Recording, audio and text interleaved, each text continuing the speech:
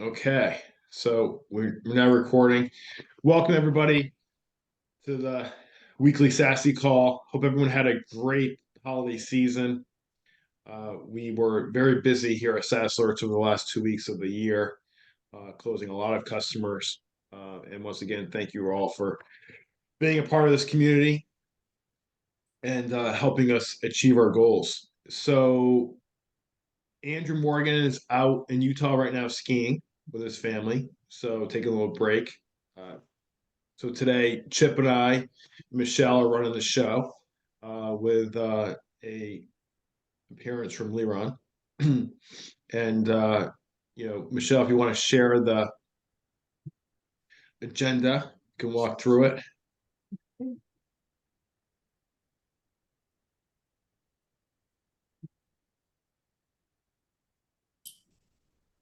See that? We got you. All right. Okay, you can see it. Okay, so we got some marketing updates from you. Then we're going to talk about something that came up about a month ago, maybe a little less now, but we haven't talked about it on this call at least, the Comcast breach. Then we're going to go through the Chrome token exploit, and then we're going to have an open discussion around guest users. I'm also, before we get to the Comcast stuff, I'm going to have Liran actually bring up the community board around the AppWizard application requests and have a brief conversation around that as well. So first, Michelle, you want to kick us off with the marketing stuff? Sure. I only have two quick things this week. One is a reminder. I'm sure most of you have probably signed the petition, the I Want My SaaS Alerts petition. But if you haven't, please do so. This is really going to help us, try to make software companies accountable for including security log data in their APIs. Which is only going to help you, going to help the industry. So share with your friends, share on social media. I'm going to drop the link again, so you have it. And yeah, keep the momentum going. Thank you for those of you who have filled it out as well. The other thing I have is just a reminder that next week, office hours, we won't have office hours as well. We will be down in Miami for our SKO. So we will be picking that up on the 16th. Ben and Anthony can't wait. Awesome. That's all from marketing this week. Okay. Thank you, Michelle. So before we get into the two stories, the Comcast and the Google story, Liran, can you walk us through the community board at this point in terms of the most requested applications? Sure. It looks like I need sharing permission. Or I need whoever's sharing to stop sharing so I can share. I will stop sharing. Oops.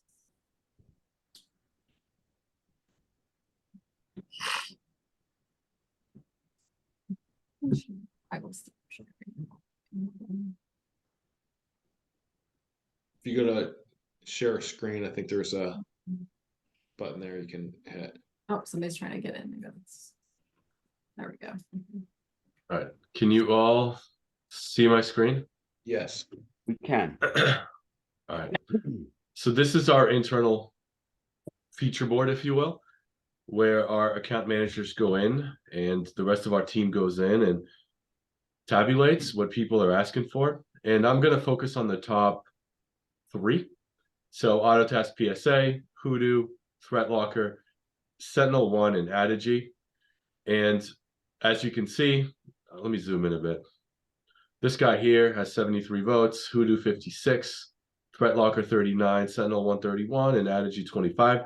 So obviously Autotask PSA is the #1 item on this list.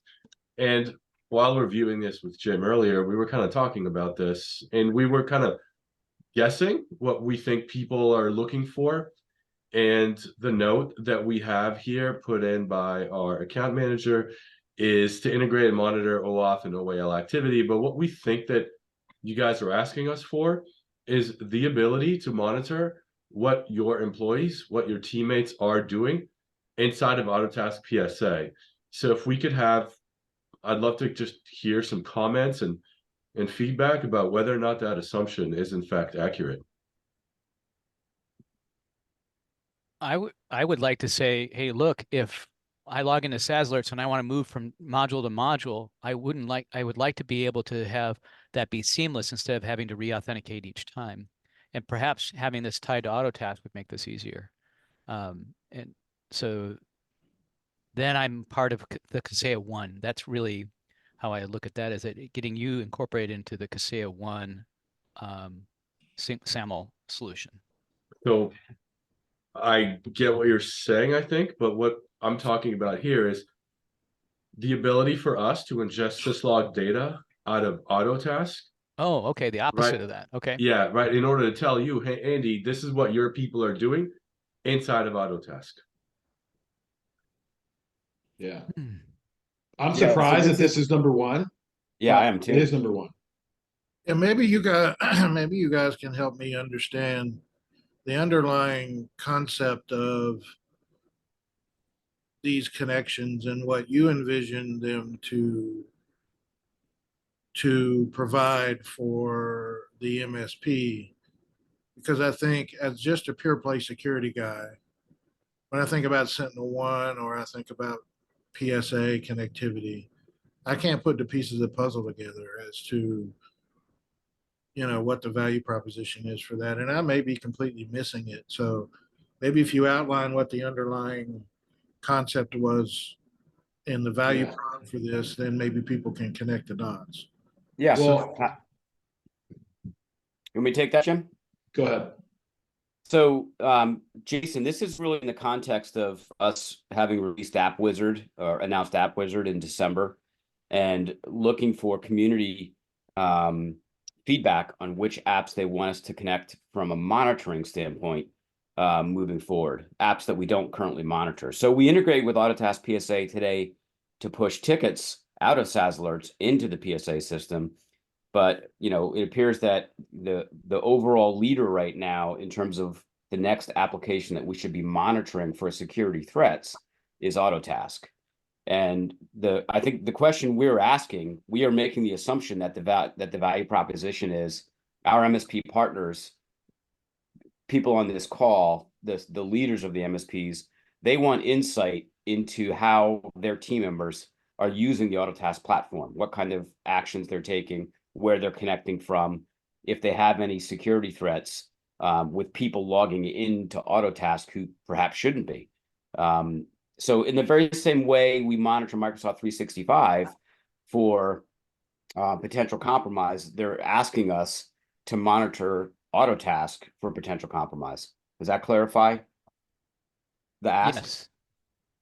Can I just jump in here? Yeah. So obviously you've already got integration with Ninja. So we get I get an alert through every time somebody modifies or adds a script in Ninja, which is absolutely fantastic, really. I mean, obviously there's a change control process that should be followed anyway, but getting that alert is just a reassuring backup that we know that something's being changed. So I guess anybody using, when I don't use Autotask, so don't care about that. I use ConnectWise Manage or PSA.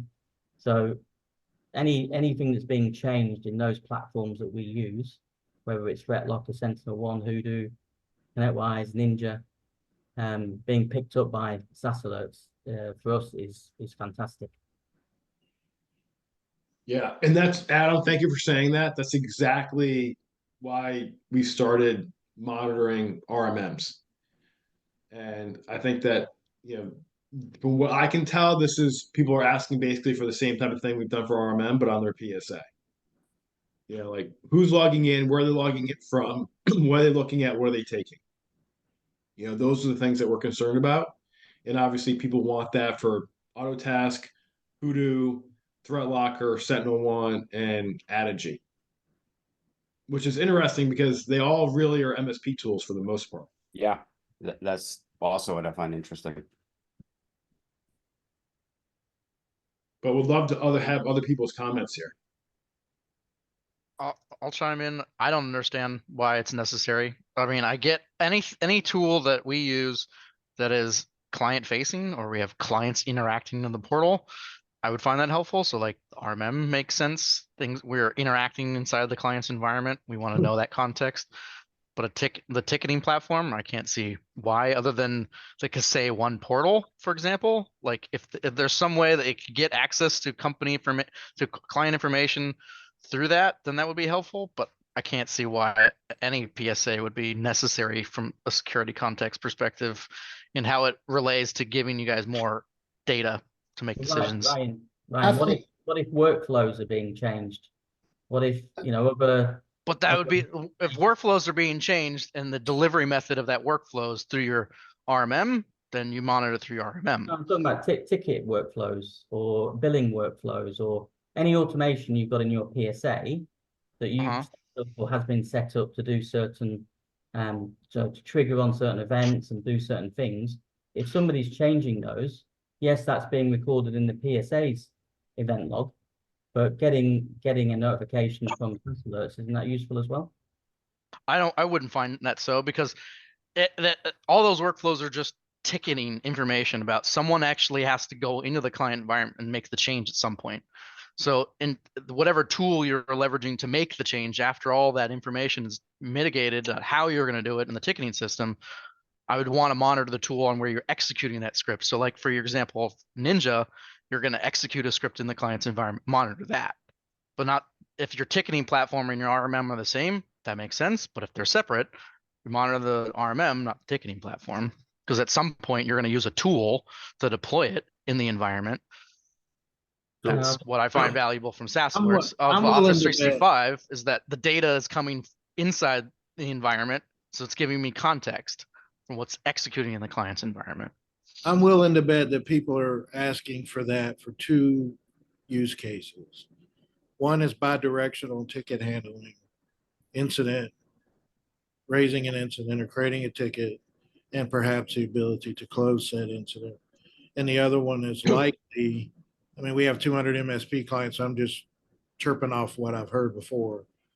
The other one is license utilization by client, pulling that into PSA if that's where they tend to deal with license management. So it's more of a license management control, being able to have license utilization per downstream SMB into PSA if they track it in any one of their PSA controls. I think the other challenge you're going to have is you have pure play PSAs that and I'm just parroting what was just said, but yeah, pure play MSAs or PSAs who don't have any scripting functionality, don't have any functionality really to look at that would impact a downstream client environment other than perhaps log in from a malicious actor. But how is it going to pick that up? It just sees it as a user, and there's no geofencing controls. So to me, that's challenging. I think the RMM makes a lot more sense. The biggest threat to an MSP and its clients is RMM. And, you can hear that from me or Huntress or Heimdall or anybody else. That makes sense. But I think PSA, maybe what people are doing is looking at how to automate or pull down license usage per downstream SMB. I would assume that's why they're voting. So there's some good comments in the chat that I think pull out some of the use cases. Jason, I want to address the point you just made about no geofencing capabilities in the PSA, and that's specifically something that SaaS alerts can help with. While we can't geofence, you could absolutely set up very strict rules for both devices and locations that people are allowed to log in, and when those were violated, even for a legitimate account, that could be flagged. So that would be an advantage that SaaS alerts could provide. Corey, I know I just stepped on you, so go right ahead. But I'd love for all the stuff that's going on in the meeting chat, guys, chime in. This is exactly the kind of discussion that we need to hear you guys go back and forth on and kind of beat up these topics. I'm reading through some of the comments, and so far the one that starts to hit for me is the use case for bad actors log into our PSA and send an email from a ticket to an end user to get them to do something. Essentially, if you're using our ticketing system as your social engineering attack vector, yeah, Right. SaaS alerts could be helpful in knowing that, but I wouldn't necessarily that use case is not to add information to the rest of SaaS alerts as a product for what your core offering is. Like that is an entirely different use case that I would think that you would want to essentially kind of create a different product for monitoring help desks and social engineering, because there's you can't trigger off of, you don't know enough information about what's a correct request or not via our PSA. So you'd just be giving us blank alerts with essentially no context. It wouldn't necessarily be helpful. You know, that's more heuristics and behavior monitoring on our help desk. And I think the PSA would be a good tool to start with, and then use something like yours to augment, you know, use cases. You can see that being advantageous. Well, it's a key thing. Key thing that most MSPs need to, the term that needs to be ingrained in your approach for 2024 is a risk-based approach. Yes, could someone get in your ticket system, ask one of your customers for some information that might be sensitive? Sure. But what is the likelihood of that happening? Or is that a smaller threat? Right. There's so many new tools, as everybody knows, coming out on a monthly basis, it feels like now, right? So you need to take that risk-based approach. And looking at this list, I think the biggest one for me is ThreatLocker, but I didn't think ThreatLocker had open API that you could even do this. You know, look at ThreatLocker, well, okay, that could block something before your antivirus actually sees it, right? So if someone's trying to do something, ThreatLocker blocks it. If you're not getting your logs from ThreatLocker, you never know what happened. So someone could be in your environment doing reconnaissance, running things. ThreatLocker's blocking it. Thank you, ThreatLocker. But if you don't know about it, it could be too late until they finally find some other path to hit you. That's a higher risk to your organization. But there's always what ifs. There's always different attacks. And again, you need to really focus on what poses the highest threat to you and your customers instead of, well, it'd be nice to have my PSA logs in there, because it's such a small threat. I don't think it's going to be a lot of value. Well, and I think us, like as an MSP, reviewing consistent reporting on our identity provider for our employees and monitoring our behavior is important practice, but it's not necessarily advantageous for this as a product just to solve that as a solution set. I would much rather have you guys spend your time solving other problems than that one, in my opinion. Like definitely help desk social engineering is a big vector that we're trying to address this year, but I wouldn't necessarily think about you guys solving that solution for us. So is it safe to say that on of the 79 people who upvoted this, none of them are on this call? I'm not, as you can tell. I didn't vote. Yeah, for I this one. definitely can tell that, right? So what I was thinking that would be helpful is knowing if I had people logging into Autotask outside the continental US. That would be very helpful, because, or outside my demographic, because I know exactly where they should be accessing. And if I want to know, because I'm using a NOC in India and I have, they have access to my Autotask, that it's safe, right? Yep. If Yeah, we I think- Makes total sense. Yeah, Anne was there's- about to say something. Yeah, I Go was ahead, going Anne. to say, I mean, I think there's value in here. I think, in terms of people upvoting things, maybe it's tools that are more popular than, probably half the people are using Autotask, half ConnectWise, so it's definitely going to see a lot of votes. But I think there is value in there. I mean, somebody gets in there, we talked about sending, a ticket note to a client. They can abuse a PSA just like they could abuse getting into your 365 by impersonating you. So I definitely think there's value there. Where it ranks on all the things that you might want to do, that can be debated, but I definitely think there's value. Yeah. Look, hackers thought that, penetrating the Okta service desk was worthwhile. And that's how they, breached Okta. just to steal customer information. Exactly. I mean, if we go back to the Kaseya compromise and we look at how that compromise matriculated down through their architecture, if this type of monitoring was effective and worked, then I would imagine that the alert of the behavior would notify the MSP far sooner than Kaseya themselves or the vendor. Additionally, the biggest problem we have when we deal with ransomware cases with MSPs is aggregation of log data to put a storyline together. They have 5, 6 security tools and a partridge in a pear tree and PSA and an RMM, and trying to put that data together to try to understand a storyline is incredibly difficult. So to me, and this is just me, the value proposition is bridging the gap between those disconnected systems and being able to pull the logs into what amounts to a single platform for analysis. Nobody offers that right now, and that would be, in my estimation, a strong value prop for for spending the time to make it work. And Jason, Andy here. Can you hear me okay? Yep. Hey, Andy. So, hey, I was going to say, a lot of this sounds like SIM work or, SIEM stuff. It's all around that type of idea about, doesn't a SIM connect all that data in the back end? Most of the SIMs don't, not PSA and RMM. Well, no, they don't. But you mean on the platform itself, you mean, Andy? Yeah, I mean, a SIM is meant to pull in data from all these different places and give you some sort of idea what's going on, right? And I mean, Autotask PSA, well, say somebody's using my email login to try and get in and again, trying to brute force on it for whatever way they're doing it, then it'd be nice for those logs to go into the back end of the SIM and get compared, for example, to somebody doing brute force logins on Office 365 or anywhere else that are doing brute force logins with my credentials or attempted credentials. I'm seeing some sort of combination in the back end.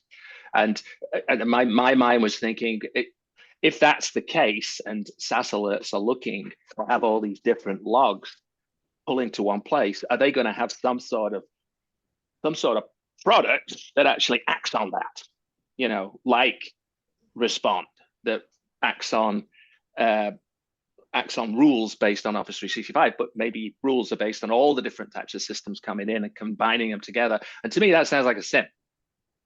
That's what I'm thinking. Yeah, I mean, the number one tool that would work incredibly well with this is Blue Mirror.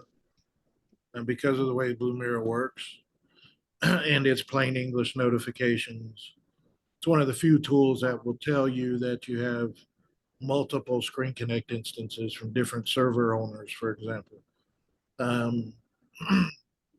So that would add a lot of value. But yeah, if it could, be the gap that's bridged between disconnected applications into something like Blue Mirror or even the console, would be a strong value add. And look, I'm not an MSP, I'm just a security guy. So I think, maybe I'm not thinking the same way everybody else is, or maybe my ideas are a little off, but that's the immediate value proposition that I see is connection to the SIMs that are most likely to be used to add to that data set, for the owner to make good decisions, I'll chime in. It's like we internally as an MSP, we have our own SIM. So like all this stuff is internal to our SIM as the MSP. So we currently get all these kinds of alerts for our ticketing platform through that. Through this conversation though, like what I would say is having you guys monitor Okta. We're an Okta shop. We use Okta. Having you guys monitor Okta to me would be more advantageous than the PSA. But if you were going to do the PSA, I would want to also do my identity provider Okta so you could compare that, yes, this is an actual user of ours, to whether or no that's a brute force attempt or a password spray. But just getting the PSA alone, I don't think you would have enough contextual information to know if that's a valid account to be able to take action on it. If you guys would then put that in a respond module to say block a technician from signing into our PSA, I mean, that could be its own vector of attack, right? Like just delaying support can create opportunities for attack in that regard. So I that's want great. everyone to know that we didn't pay Ryan to say that, but Liran, do you want to give everybody an update on Okta? Sure. Yeah. So the Okta work is very much ongoing, and we are actively. We've just defined what our initial set of baseline events are for App Wizard moving forward, and Okta should be available here within the next couple weeks, I'd say.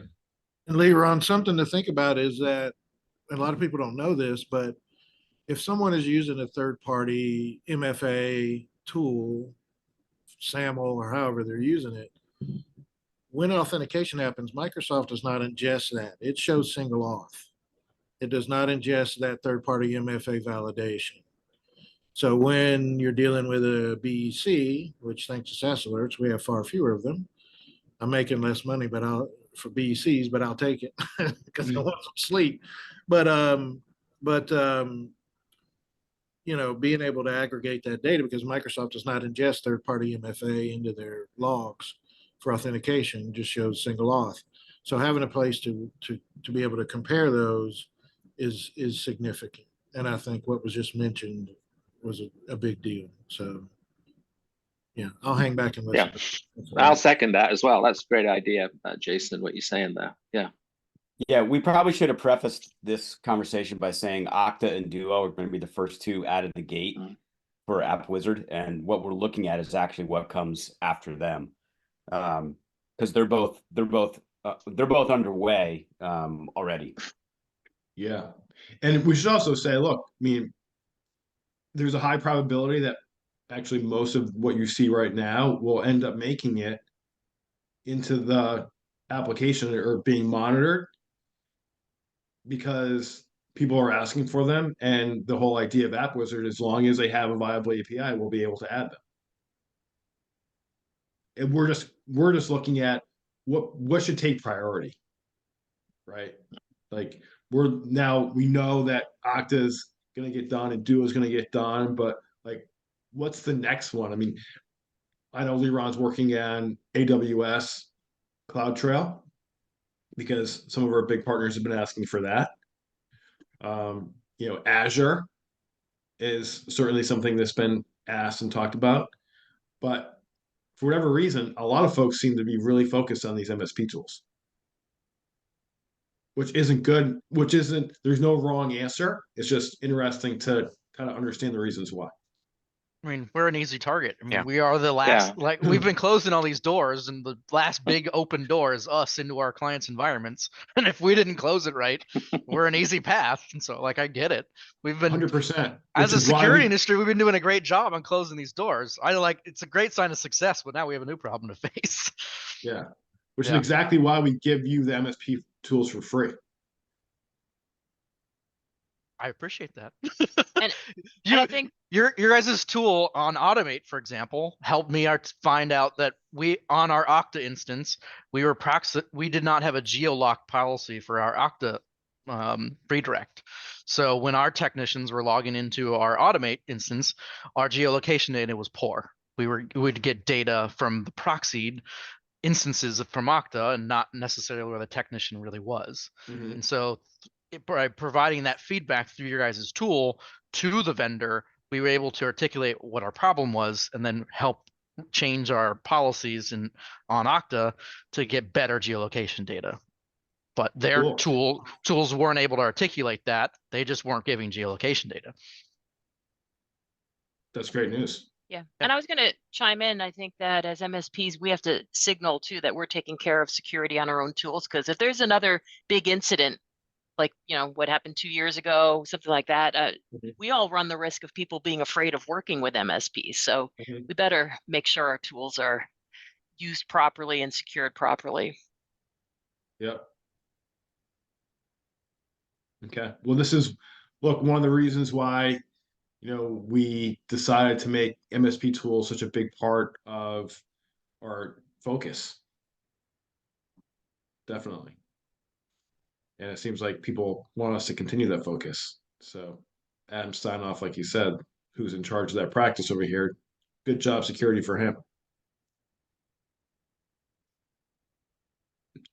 I'll just throw out a random one, non-MSP tool, but a important use case for one customer we're trying to, or we are getting it up off the ground with. They have a ton of guest users, and so I'm looking forward to being able to manage that. But they use SendGrid for many communications, and they got several users in there, being able to secure who's signing into there, because for them, that's their, all the communications. And so, that'd be a big risk to an org like that that Got it. uses Ken Grid, communications you said? platforms. SendGrid, Jim. Yeah. It's the first time I've heard Thanks. that one. Chip, have you gotten that Yeah, one before? we actually used to use SendGrid for sending email tickets. We've moved to a different product. We use Mailgun Yeah, now. for the bulk. Mailgun, MailChimp, SendGrid, they're all kind of the same family of tools. More often than not, they're accessed via API by developers to create automation. So, Stephen, it almost sounds like you're saying that your client uses SendGrid more at the interface level, where they have individuals building campaigns and that kind of thing. Yeah, so they do have the web API, which you mentioned, but there's also a kind of your content builder and your team. And so for them, they've got several users in there. And I looked into the SSO support, and it wasn't, I don't know if it was fully there yet, but for them, they have them logging in, and they'll have access to send out. Got it. Well, we'll add it to the list. Can we, Yeah. can we, and again, pardon me for not knowing this answer, but can we add products that may not be on the list and allow folks to vote for that? Is that how that, I haven't looked at it yet. We were closed for 10 days so that everybody could get a damn break. But is that how that works? That if it's not on there, we can add it and then it becomes a part of the voting pool? Yeah, Jason, anything that you want to add, just reach out to your account manager, email, call, however you normally contact them, and say, look, let's put this in the pool, and then the rest of our team solicits input from customers. Our intention is to open this board up kind of as a free-for-all for everybody in the not too distant future, so you guys can directly access it. We've got a little back office work to do that so that we keep our internal communications distinct from that. But the goal is to make this, as we said, you may not have been on the call when we announced AppWizard. We're going to try and run a democratic process here that's going to have a dictatorship at the top to kind of be the final arbiter. And the dictatorship is more of a technical one than a human one, because what we discovered is that there are many products out there in the SaaS universe that actually don't have APIs that provide any security logging information, or they don't even log any security information, which is kind of a stunning recognition in and of itself. We've had discussions with other industry partners who extensively use APIs, and they run into the same problem. So when there is a viable API and we can confirm that, then these votes become very important for which products we select moving forward.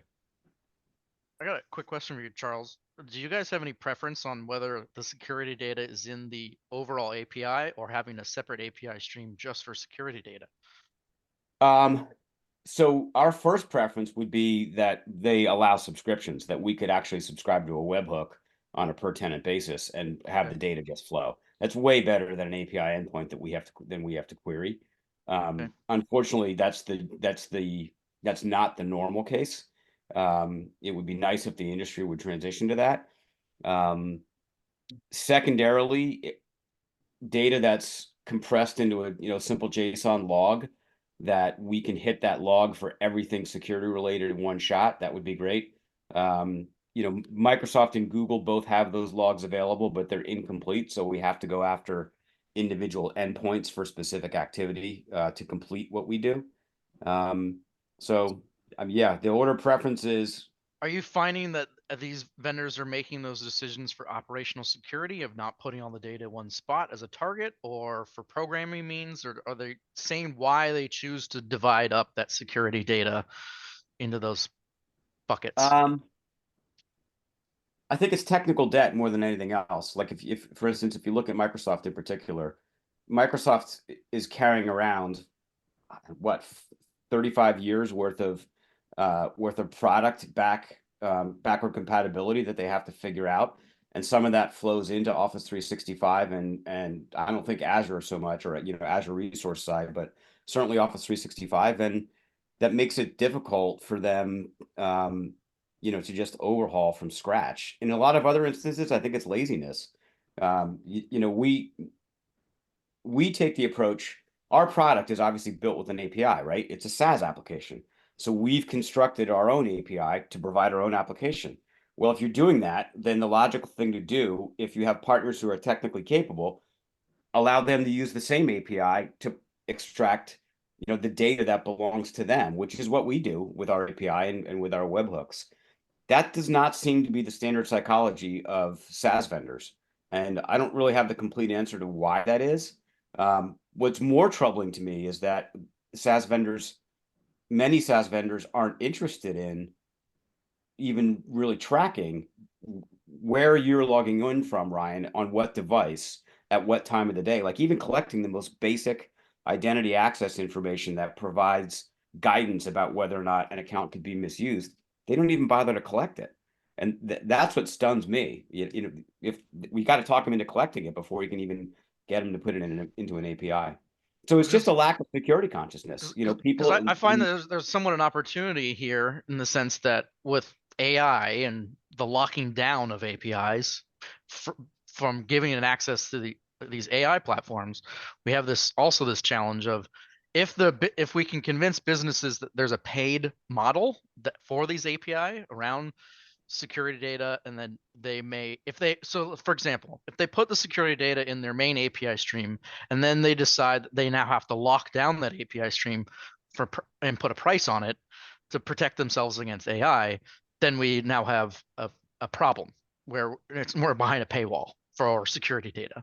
Whereas if I try to convince these players to have a separate security stream that is part of a paid product already, that wouldn't be subject to these API restrictions for public data streams, then they may have more incentive to build these things because they're going to get revenue from it. Yeah.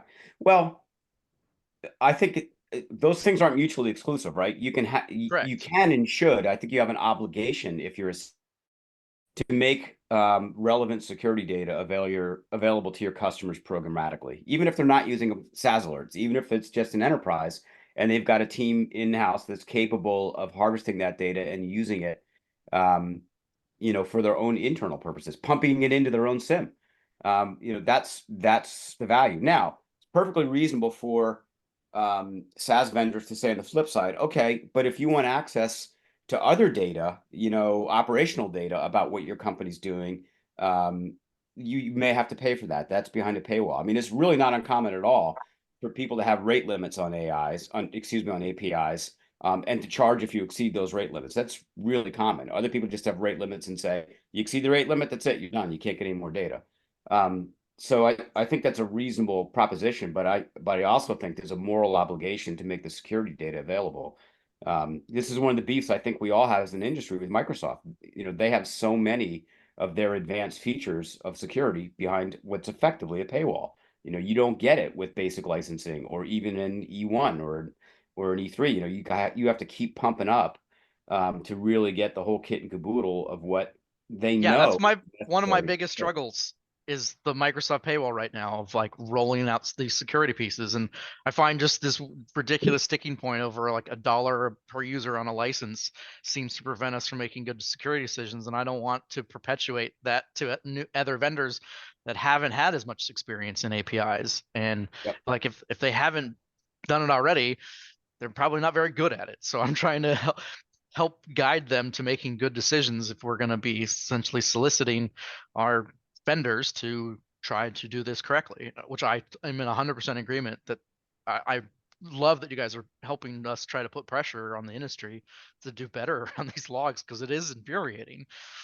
Yeah. The Ryan, other challenge, Charles, let me ask you a question. Two things that would really add value is a notification if the API data stream is forked, if there's another connection to the API, an alert for that, which may or may not be easy to do. you know, we always like to think it's super easy, and the devs are like, what in the world are they talking about? But, you know, being able to just notify on a forked API. The other part is, you know, we've got all these OP SWAT tools for scanning the actual risk to the API, Imperva, you know, Portswigger, whatever. But, you know, obviously I'd love to see the inherent API security risk being scanned for, and I would assume that's a, you know, that's a premium add-on. But if we could just get two notifications, one would be if the API stream drops offline, which is immediately an indicator of some risk, 90% of the time, or if that API stream is forked to another entity, to notify. And, you know, the MSP may go, yep, I'm using that, you know, pulling stuff somewhere else. But if they don't know it and that API data is being forked somewhere else, there is no mechanism to be notified of that. So let me break that down into two pieces, Jason, because I'm interpreting what you're saying as two different use cases. The one is the incoming data stream to SaaS alerts from the products that we're monitoring on your behalf. You want to see a notification if that breaks, and that does exist. If our connection to your customer's application goes down, we do create an event for that in SaaS alerts already. Got it. And the other side I think you're asking for is, if as an API, as a SaaS alerts API consumer, you want us to tell you, hey, somebody else has used my API key and secret and created a new webhook subscription. You want to know that, correct? Yeah, I mean, if that's not, you know, some Herculean effort. No, it's not. I mean, in fact, you do know it if you're looking at our user interface, because in the AI connection section, any connections that you've set up are listed right there visually. I actually confess I don't know if we're creating an event when a new API connection is constructed, but I also know that that's not difficult for us to do. And Liran, maybe you do know off the top of your head if we've added that as an event.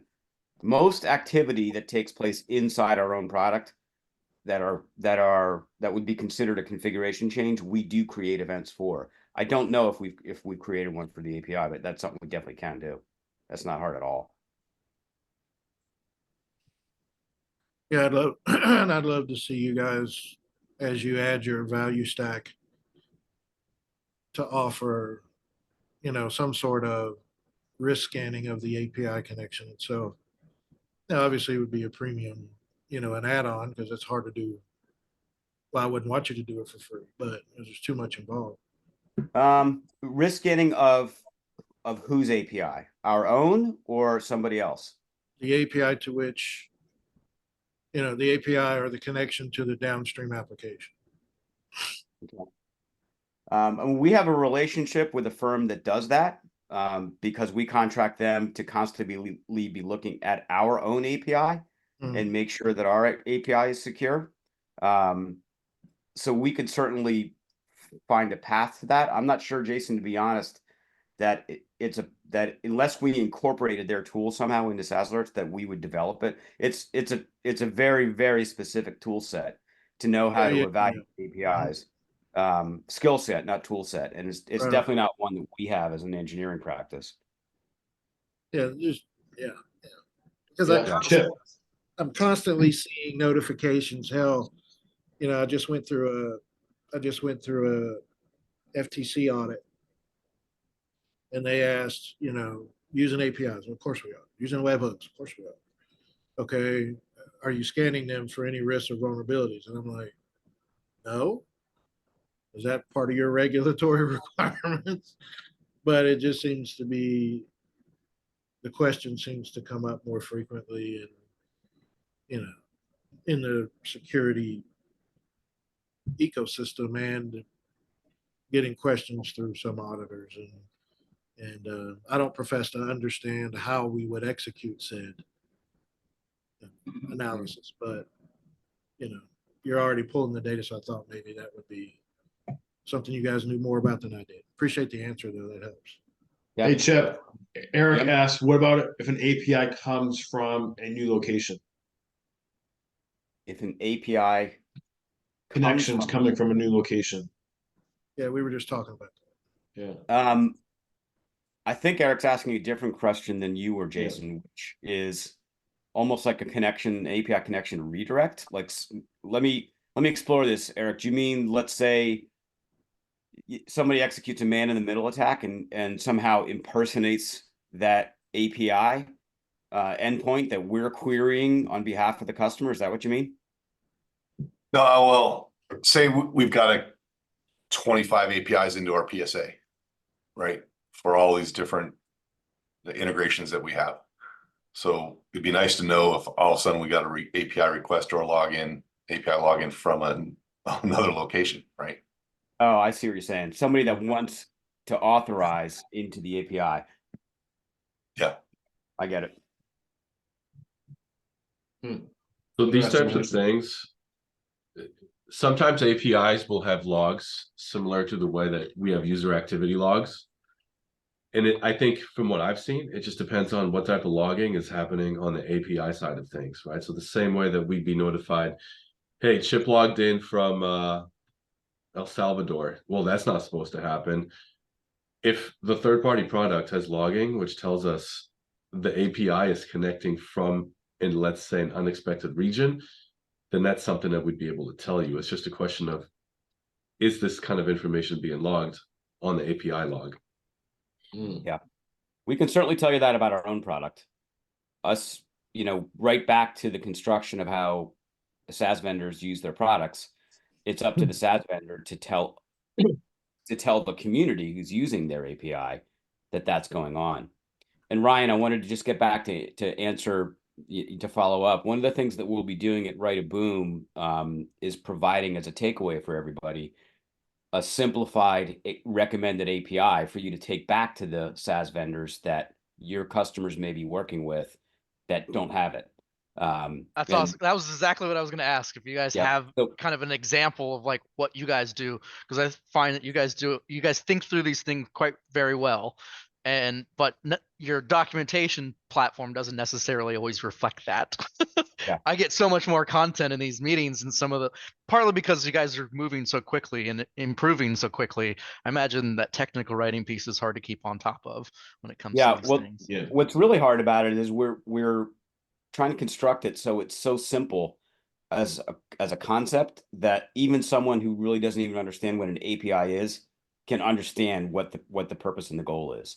And it's actually hard to take something that's kind of complicated and make it, it's the old read it to me like I'm Australian or a first grader or whatever. So yeah. I would say that the English language is going to work against you for this initiative. Yeah, it does. So, it's a challenge. Good luck. Chip, may I ask for an evolution with App Wizard to consider? And that would be a scoring system that says we have, just login tracking with App Wizard. We've got, more functionality. We're able to ingest other logs to help us evaluate security. And following up on a second score would be your overall the SaaS alerts health score of the app. If there was a way to say, hey, look, this is a pretty secure app, and you feel good about it. I mean, we could have said that about Okta, but it still was a breach. I'm basically trying to say, is there any way, once we start monitoring these things, to say, hey, we have these capabilities, and here's a scoring, 10 being full, 1 being minimal, right, for what the App Wizard current solution does. And then is there any way to evaluate whether this particular app is really secure or needs to be monitored more aggressively than otherwise? Interesting idea, Andy. I'd love for you to take a crack at writing up how you might see that flow, like literally not necessarily what the contents are, but what it might look like, and shoot it over to us. Because I'm reacting to that because SaaS certified. That's a good idea. We kind of do that. I mean, Liran and I go through that exercise. Like restaurant as we're looking at these new products, we are effectively doing that without noting it anywhere. We're looking at it and saying, okay, here's what we can get. So what events can we create? I mean, we are doing this. Is how we know that QuickBooks Online API sucks, because we've evaluated it and we know that none of this stuff is there. So think about how that changes our ability to help mentor from a technical perspective our clients to say, this product we know will work, but it's very poorly, it's not as secure as product B that we also have interfaces to that we know is more secure and maybe worth the extra a little bit. the big piece that I'm trying to drive to is that today, and this was something my son made me realize, people have data that belongs to other people. Companies have data that belongs to other people, and they're not understanding that it's someone else's data that they have privilege of holding, and how that can really cost them money if they're not doing things right. Yeah. What's an example that how did that come up in the context with your son? We were You're talking about you, the MSP, has data that belongs to other people? No, I'm talking about clients that have of the MSP. If I'm a healthcare, I'm housing client data, patient data for the patient. I'm not, it's even though I use it to do billing and track history, it's still the patient's data. This could be the same with human resources, right? The data and human resources belongs to the employee. They have it just for the purpose of forming business operations. And I never really thought of it that way, but this really does change the Payroll perspective. companies. Yeah. Payroll companies. So law firms, right? The content that they create is for the client, and the client owns it.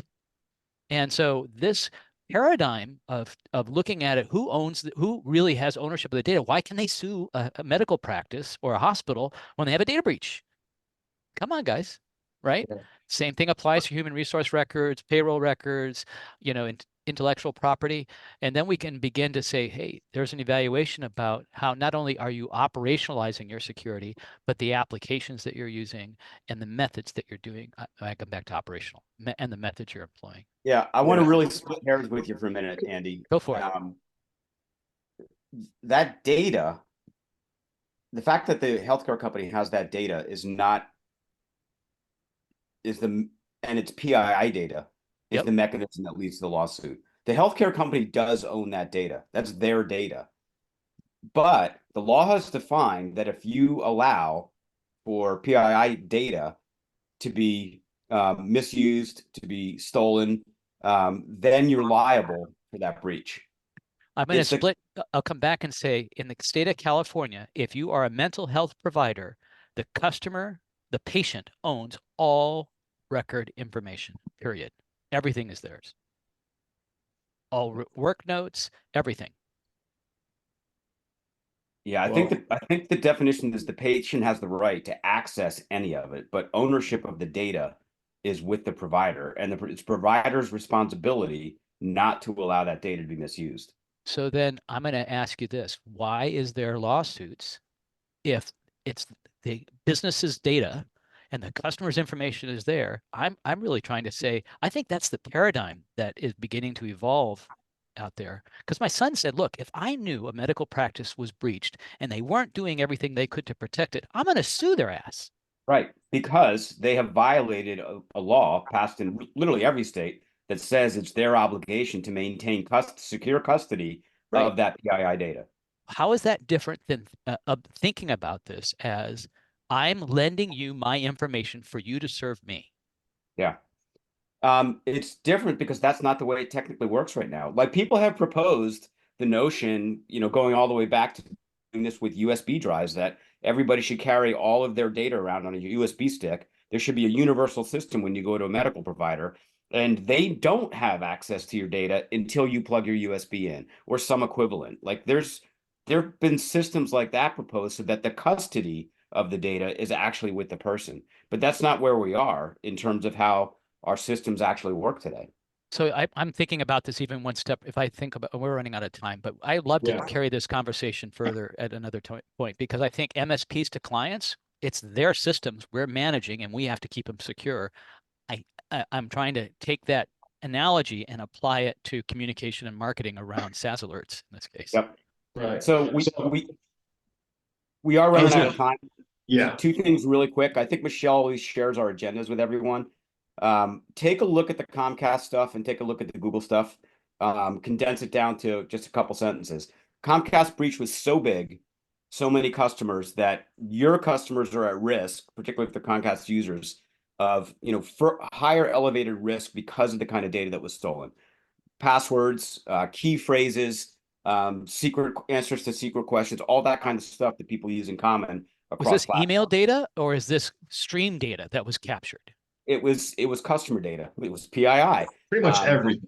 And All it's right, in so the they were deck. literally capturing the data flow as it was Every happening. single Comcast customer in globally, and I think they're only in North America, had their data stolen in October. So just be aware of it, and it's a good talking point to go back to your customers and say, Yeah. this is why we make you change passwords. This is why we do all these things. And not just the stuff that we cover. Make sure your bank doesn't share the same secret phrases and names of your cats and whatever else is going on. Like, And it's really pertinent because you've got so many people working from home now Yeah. too, that are using Yep. Comcast internet, right, to connect to business systems. Yep. So, Chip, I'm not even going to let you go into the Google one to summarize it because we'll have to save that for Do it another next week. time. It's too important. We also didn't get into the guest user account. We'll push that next week. This was a fantastic conversation, exactly the type of engagement that we look for. Hey, Jim. Yes. Jim, I just want to say one thing for everybody. SaaS alerts, so far, we have identified 17 known BEC attack prevention blocks by respond by immediately blocking the account, flushing the active sessions, and resetting MFA. We have a lot of licenses, but that has been incredibly powerful in blocking and tackling those issues that historically we would have had to deal with a BEC. So folks aren't spending time on Respond. They don't quite understand how, the rule sets work or the algorithmic stuff. Get some help with that, and please spend some time on that because it is working very, very well. And I just felt like I needed to say that because it saved some people's skin for sure. So thank you, Jason, very much for that. Well, thank you for sharing that. We really appreciate it. All the comments and all the engagement. So we'll look forward to next week. We have our sales kickoff in Florida. So we will not, there's a bunch of us here from SaaS Alerts that will not be on the call.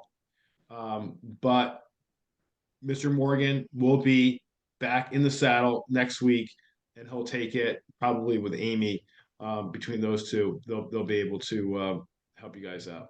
So we'll look forward to seeing you guys, most of you, in 2 weeks here from SaaS Alerts. But next week's call is happening. It's just going to happen just with Andrew Solo.